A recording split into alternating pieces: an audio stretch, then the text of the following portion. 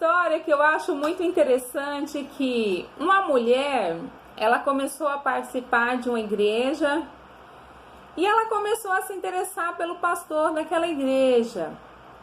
E o pastor era um homem casado, um servo do Senhor, e não demonstrava nenhum interesse por aquela mulher.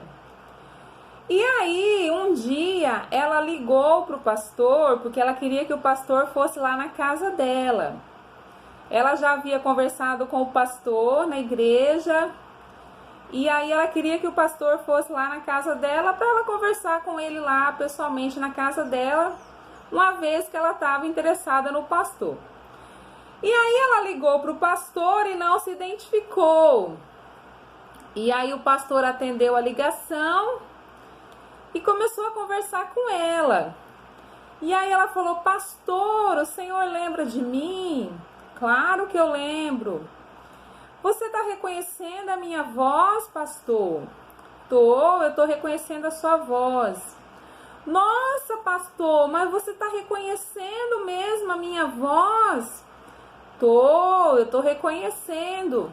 E quem é que está falando? Essa é a voz de Satanás, é a voz do diabo. Então, às vezes, essa voz que fala aos nossos ouvidos é a voz de Satanás ou é a voz do diabo dizendo que não é para a gente fazer aquilo que a palavra de Deus nos diz para fazer.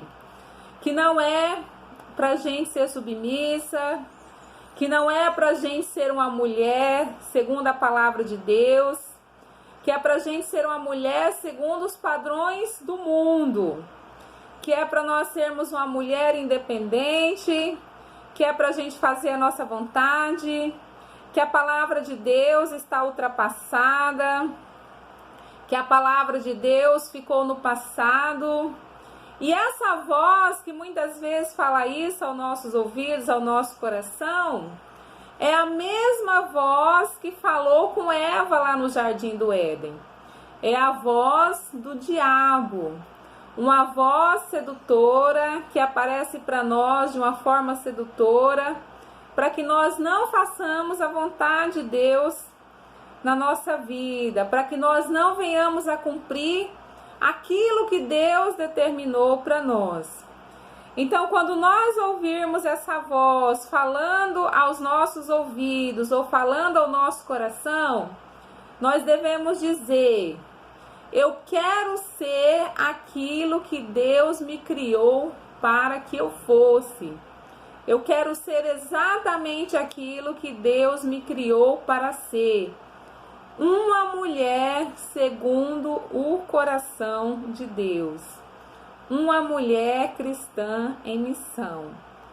Que Deus abençoe cada uma de vocês e que nós sejamos verdadeiramente mulheres segundo o coração de Deus.